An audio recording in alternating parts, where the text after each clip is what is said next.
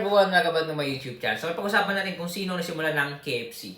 Okay. So, ito, sarap na sarap ako sa kanilang, ano bang tawag doon? Gravy. Gravy. Okay. So, nakikrave talaga ako. So, dito, ginagawa ko is bilhin ako ng bilhin. O kaya, kukuha ako ng, magubahon ako ng kanin. Okay. Kasi nagpunta ko dati, joyride ako dati, mag-movie ako.